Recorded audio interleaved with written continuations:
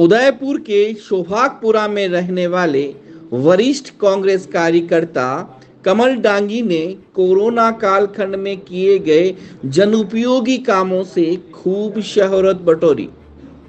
पूर्व सरपंच रहे श्री डांगी कांग्रेस पार्टी से हिरणमगरी ब्लॉक के अध्यक्ष हैं और वर्तमान में इनकी पुत्र वधू इंदिरा डांगी बड़गांव पंचायत समिति की सदस्य हैं।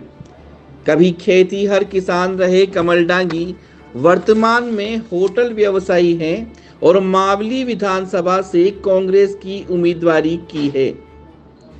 इनका दावा है कि मावली का जनमन उन्हें पसंद करता है और उन्हीं की ताकत के बूते से वह मैदान में उतरे हैं। नमस्कार, मैं हूं मनु राव और आप देख रहे हैं हमारा खास कार्यक्रम नेतागिरी। जैसा कि आप सबको विदित है कि आगामी 23 नवंबर को 16वीं विधानसभा के लिए राजस्थान में चुनाव होने जा रहे हैं और ये चुनाव एक ही चरण में होंगे और 3 दिसंबर को फैसला हो जाएगा कि 16वीं विधानसभा में किस पार्टी की सरकार बनेगी। और इसी कड़ी में हम लगातार उन उम्मीदवारों से आपको मिलाना जा रहे हैं जो चुनाव मैदान में उतरे हैं। हमारा मकसद सिर्फ यही है कि मतदान प्रतिशत ज़्यादा से ज़्यादा बढ़े, क्योंकि हम उन तमाम लोगों से आपको मिलाएंगे जो चुनावी मैदान में उतरे हैं और आपको जो पसंद आए आप उसे चुनें, लेकिन मतदान जरूर करें। ये हमारी मुहिम है मतदान को आगे बढ़ाने की। तो नेतागिरी की इस कड़ी में अभी हमारे साथ हैं मावली से उम्मीदवारी कर रहे हैं कांग्रेस से कमल डांगी जी, जिनसे जानेंगे। नमस्कार कमल जी, कैसे हैं आप? सबसे पहले तो उदयपुर न्यूज़ को मेरी तरफ से बहुत बहुत धन्यवाद। मुझे इस लायक समझा और आपने बुलाया, इसके लिए पूरे स्टाफ को, आपको सभी को मेरी तरफ से। पहला सवाल आपका राजनीतिक और पारिवारिक परिचय दर्शकों को दीजिए। सर, मेरा पारिवारिक परिचय, मैं एक खेतीहर परिवार से हूँ। मेरे 18 साल की एज में मेरे पिताजी की डेथ हो गई थी और मुझे खेती करनी पड़ी, पढ़ाई छोड़नी पड़ी।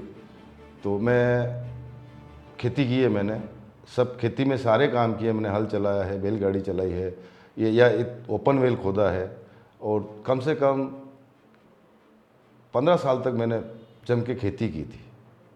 और पूरे जो खेती में जो समस्याएं आती है और खेती को किस ढंग से किया जाता है, सब्जी कैसे बोई जाती है, कब क्या प्रॉब्लम आती है, कब क्या प्रॉब्लम नहीं आती है, ये सारा मुझे पर्टिकुलर नॉलेज है। और उसके बाद में मैं थोड़ा डेयरी व्यवसाय में गया था। डेयरी व्यवसाय भी मैंने अच्छा खासा डेयरी व्यवसाय किया था। धीरे धीरे मार्केट में पहचान हुई, फिर मार्केट में आए, कुछ लोगों ने हम पे विश्वास करना चालू किया।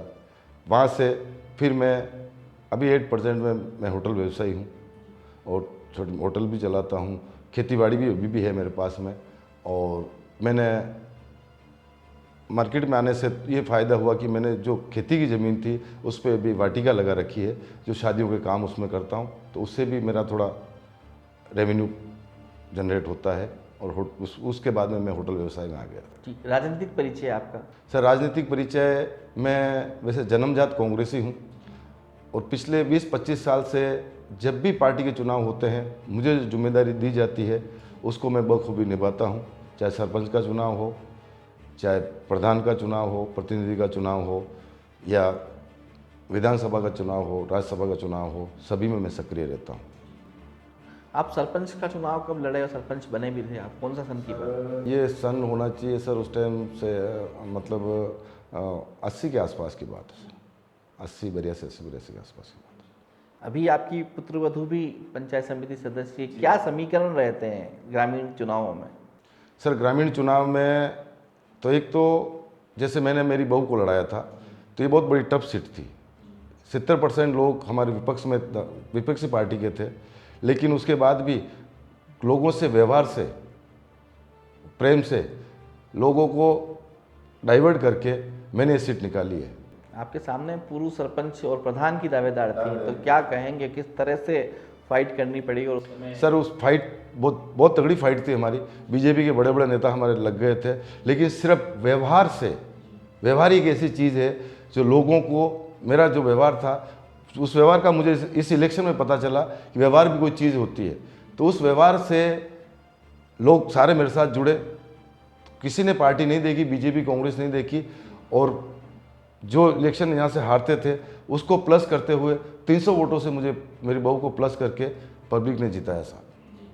आप हिरणमगरी ब्लॉक अध्यक्ष हैं, वहाँ कांग्रेस की हालत काफ़ी कमज़ोर रही है हमेशा हर बार के चुनाव में, तो किस ढंग की स्ट्रेटजी आपकी रही है, किस तरह से आप वहाँ पे कार्यकर्ताओं को मोटिवेट करते हैं? सर मैं अभी सिर्फ एक ही सभी को सलाह दे रहा हूँ कि सभी घर घर जाना है, मैं भी जाता हूँ, घर घर जाके लोगों को स्कीमें बतानी है। और गहलोत साहब और जो भी अपना चाहे कोई दुश्मन भी है तो भी उसके घर पे जाना है और चाय पीनी है और उसको भी सारी स्कीमें बतानी है, उसकी नाराज़गी क्या है वो दूर करनी है, विपक्ष से उसको अपने से वो क्यों कट रहा है वो उससे पूछना है कि भाई हमारे से क्या तकलीफ है जो तू हम कांग्रेस में नहीं आ रहा। वो जो तकलीफ बताता है उस तकलीफ को अपने को फेस करनी है, उसको उस तकलीफ का समाधान देना है।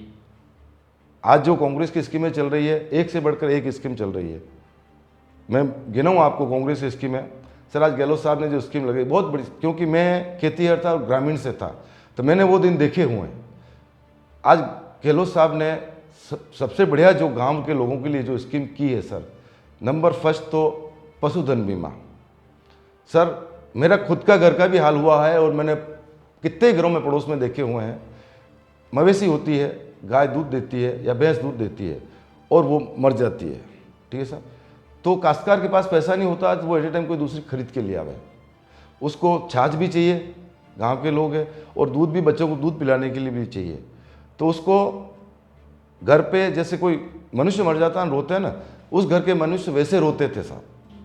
तो आज ये सुविधा है क्योंकि सुबह दूध लेने के लिए पड़ोस में गिलास लेके जाना पड़ेगा और जाना पड़ता था, छाछ लेने के लिए लोटा लेके पड़ोस में जाना पड़ता था, ये बहुत बड़ी समस्या थी। और 40,000 रुपये 50,000 रुपये देखिए गाय भैंस कहाँ से खरीदे काश्तकार।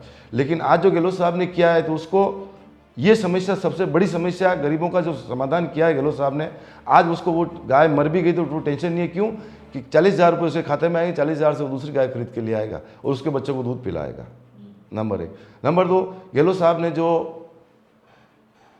बीमा किया 25 लाख का, ठीक है साहब, ग्रामीण के अंदर, सीएम शहर में खैर सर पैसा होता है वो नहीं, ग्रामीण में जब रात को आदमी बीमार हो जाता है तो सबसे पहले वो उठता है किस पड़ोसी के यहाँ जाऊँ पैसे लेने के लिए, पैसा नहीं होता है। वो पैसा अगर मिल गया उसको रात में तो हॉस्पिटल ले आता था, नहीं मिला तो सुबह इंतजार करता था, औरत के जेवर जो भी होता था वो साहूकार के यहाँ बनी के जाता, गिरवे रखता और फिर लाके उसको भर्ती करवाता था। हो सकता है उसमें कितने केसेस डेथ भी हो गई होगी, लेकिन आज वो समस्या नहीं है। गहलोत साहब की वजह से रात को 12 बजे बीमार होता है, उसको कोई टेंशन नहीं है, लाके हॉस्पिटल में भर्ती करवाता है, उसका इलाज होता है और वो बच जाता है। मावली को क्यों चुना आपने? सर मावली एक्चुअल में पिछले 20-25 साल से जाता आता रहा हूँ, तो वहाँ मेरा सभी समाज के लोगों से मेरा संपर्क रहा है। तो अभी महीने 2 महीने पहले समाज के लोगों ने बुलाया मुझे, 5-50 लोग इकट्ठे होते बुलाया कि भाई साहब आप आ रहे हो और जो जैसी मेरी हो सकती है मैं जनसेवा भी करता हूँ। कोविड में था सर, कोविड में मैंने खुद ने कैंप चलाया, कैंप चला के डेली 200 लोगों को खाना मेरे कैंप में बनता था और जो गरीब लोग थे जिसको ऐसा था भूखा नहीं रह जाए तो उनको मेरी टीम थी पूरी 15 आदमियों की, वो घर उनके घर खाना पहुँचाती थी। तो मावली के लोगों का मूड मेरा था कि आप आओ और आप फॉर्म भरो। पर मावली में तो पुष्कर डांगी जैसे दिग्गज नेता हैं, लाल सिंह जी जाला ने भी वहाँ से आवेदन किया है, तो इस बीच उन दिग्गजों के बीच कमल जी डांगी निकल के आएंगे तो कैसे टिकट मिलेगा या किस तरह से सोचा आपने? सर सबसे पहले तो मुझे मेरे जो मेरा स्नेह प्रेम है लोगों पे, उस पर मेरा विश्वास है कि जो स्नेह प्रेम लोग दिखाते हैं, जिस स्नेह प्रेम से मेरे साथ में रहते हैं और जो मैं जाता हूँ लोग मुझसे प्रेम रखते हैं, तो सबसे पहले तो उस प्रेम व्यवहार से ही मेरी सीट निकलेगी। दूसरा, पुष्कर जी वो भी हमारे भाई हैं, कोई दिक्कत नहीं, उनको टिकट मिलता तो भी, लेकिन वो 2 बार हार चुके हैं, अच्छे मतों से हारे हैं, एक बार 24 से एक बार 28 से। तो शायद हो सकता है कि अभी उनका 27,000 वोटों से जीतने वाले धर्मनारायण जी जोशी जो हैं तो बीजेपी का गढ़ बन गया एक हिसाब से अपन देखें वहाँ पे, तो उस भेदेंगे कैसे उस चीज़ को आप? 27,000 वोटों को वापस पार करना एक बड़ी चुनौती होती है। सर मैंने पिछले 1 महीने से और 15 दिन से तो मैंने गाड़ियाँ चला रखी है मुख्यमंत्री जी की जो स्कीमें हैं उसकी एलईडी मेरी चल रही है, 5 गाड़ियाँ मेरी अभी फील्ड में चल रही है, ठीक है सर। और फिर मैं जा रहा हूँ तो लोगों का जो वहाँ फीडबैक आ रहा है, लोगों का ये कहना है कि धर्मनाथ जी को हमने इलेक्शन की टाइम पे झलक देखी है, उसके बाद में उनकी झलक हमने नहीं देखी। धर्मनाथ जी कौन है जी। तो लोग आज जो स्कीमें मेरी पहुंच रही है गहलोत साहब की, 5 गाड़ी मेरी आज भी चल रही है सर, लगी हुई है। और घर घर ढाणी ढाणी, गांव गांव, हर घर में हर आदमी को मुंह पे स्कीमें याद होने लग गई है। 15 दिन में 20 दिन में ये हो गया है कि भाई ये गाड़ियाँ चल रही है। और लोग भीड़, जब गाड़ी जाके खड़ी रहती है, एलईडी चलती है, रात को भी चलती है, तो वहाँ लोगों का जमला लग जाता है। और वापस मैं फीडबैक लेने जाता हूँ तो लोग कहते हैं भाई साहब आप टिकट लाओ और आप हमारे मावली में आओ तो हमारे मावली का उद्धार होगा। कमल जी, मावली को कितना समझें आप? सर मावली में अच्छे लोग हैं, सबसे पहले तो मैं आपको बता दूं, लोग अच्छे लोग हैं, सर्व समाज है वहाँ पे। और खेती हर सबसे ज़्यादा वहाँ की खेती है, तो सबसे खेती हर लोग ज़्यादा, खेती इतनी है वहाँ पे, खेती पे ही आधारित लोग हैं। तो सबसे पहले वहाँ पे खेती की जो समस्याएं हैं वो मुझे मालूम है। जैसे आज लाइट को ले लो आप, लाइट का सिस्टम ये है कि सर 6 घंटे बिजली आती है, वो भी रात को भी आती है, दिन को भी आती है। तो काश्तकार चाहे सर्दी हो कुछ भी हो तो वो प्रॉब्लम आती है। उसके लिए मेरा एक जनता से कमिटमेंट है ये कि सरकार से अभी भी चल रही है सोलर स्कीम, सोलर स्कीम लाके हर कुएं पे जितना सरकार से फ़ायदा होगा वो सरकार से लोन कराना होगा, लोन करवाऊँगा। हर कुएं पे सोलर लगवाऊँगा कि दिन में 12 घंटे बिजली काश्तकार को उपलब्ध होवे और काश्तकार आराम से खेती करे। और क्या समस्याएं आपको दिख? और नंबर 2 सर, आज गहलोत साहब ने जो लाइट का जो फैसला लिया, 100 यूनिट फ्री किए सर, गरीब लोगों के जो 100 यूनिट फ्री किए, अमीरों को भी किए, सबके किए, लेकिन गरीब के यूनिट 100 ही जलते थे, लेकिन आधी बार उनके कनेक्शन कटे हुए रहते थे। वो आज समस्या नहीं है, क्यों? उनका बिल ही नहीं आ रहा है। काश्तकार के साथ समस्या ये थी कि काश्तकार इधर फसल आती थी तो फसल को पिलाना पड़ता है, तो उस टाइम लाइट का बिल आता है, और फसल कटने के बाद में काश्तकार के पास पैसा आता है, तो आधी बार फसल बर्बाद। क्यों? काश्तकार के पास पैसा कैश नहीं होता, कैश क्रॉप तो फसल आएगी उसके बाद में होगा। तो वो जो समय काश्तकार को या तो साहूकार से ब्याज से पैसा लाना पड़ता था या जेवर गिरवे रख के पैसा लाना पड़ता था, वो आज काश्तकार को नहीं करना पड़ रहा है। काश्तकार की बिजली नहीं कट रही है, इधर फसल कटने के बाद में पैसा आता है तो भी काश्तकार को दिक्कत नहीं है। बिजली को, फसल को पकाने के लिए पंप चलाना पड़ता है और पहले उसको पिलाई चाहिए, पिलाई होने के बाद में फसल पकती है, फसल कटने के बाद में काश्तकार पैसा आता है। वो गहलोत साहब ने ये काम किया, तारीफ़ है, काश्तकारों के लिए काबिल काम किया जी। उदय सागर बांध जितना बड़ा मावली के पास में ही बांध है और बागोले तालाब सूखा रहता है, इसकी लड़ाई लंबे समय से चली आ रही है। और हर चुनावी मुद्दे में चुनाव लड़ने वाला जो प्रत्याशी होता है उसका एजेंडा में बागेला तालाब और उदय सागर का पानी वहाँ तक पहुँचाने का घोषणा पत्र होता है, लेकिन काफ़ी समय से लोग परेशान हैं, सफलता नहीं मिल पाई। अगर आप इस समस्या को किस तरह से देख रहे हैं, अगर आपको उम्मीदवारी मिलती है, प्रत्याशी बनते हैं? सर मेरा सबसे पहला लक्ष्य यही रहेगा, क्योंकि एक तो नहरें, जो नहरें पहुंची हुई है, लेकिन अभी भी नहरों का जाल कम बिछा हुआ है उदय सागर का। और उदय सागर में आज पानी की इतनी अच्छी आवक है कि उदय सागर में अच्छा खासा पानी है, तो नहर के जरिए बागुलिया में भी पानी जा सकता है। और जिन गाँवों में नहरें नहीं पहुँची है उन गाँवों में ज़्यादा से ज़्यादा गाँवों में नहरें पहुँचाई जाएगी। काश्तकारी जीवन के अंदर जो भी समस्या है उसको हल करने का मेरा मेन उद्देश्य है। क्यों? मैं खुद काश्तकार लेवल से हूँ, मैंने खुद में काश्तकारी लेवल में क्या क्या समस्या आती है मैंने खुद ने भुगता हुआ है, इसलिए ये सारी समस्याएं मुझे मालूम है। तो मेरा सबसे पहला मुद्दा यही रहेगा कि काश्तकार को कैसे पानी मिले उदय सागर से, कहाँ नहरें नहीं बनी है तो उसकी समस्या क्या है। डीपीआर अभी बन गई है और उसको सबसे पहले सरकार आते ही, और मुझे अगर मौका मिलता है तो मैं सरकार में सबसे पहले काम ही यही करवाऊँगा। जी। मावली की आपने बात की कि मावली की जनता आपसे प्रेम करती है, कोविड में आपने काफ़ी काम किया है, लेकिन अगर बात करें, क्योंकि आप पार्टी से टिकट चाहते हैं, तो फिर वो कार्यकर्ता अगर आपके साथ नहीं हो, क्योंकि बाहरी का एक सिंबल लग जाएगा कि आप तो यहाँ सौभागपुरा में रहते हैं और मावली से टिकट लड़ना, क्या कहेंगे? सर मैं बड़गांव पंचायत समिति से ही हूँ और बड़गांव पंचायत समिति की 6-7 पंचायतें मावली में है, तो मेरी ज़मीन भी है बोरोगुड़ा में, तो मैं उस कॉन्स्टिट्यूंसी से लिंक करता हूँ सर। एक अंतिम सवाल, क्या कहना चाहेंगे मतदाताओं को, अगर आपको टिकट मिलता है या प्रत्याशी बनते हैं तो वोटर्स को क्या कहना चाहते हैं मावली की?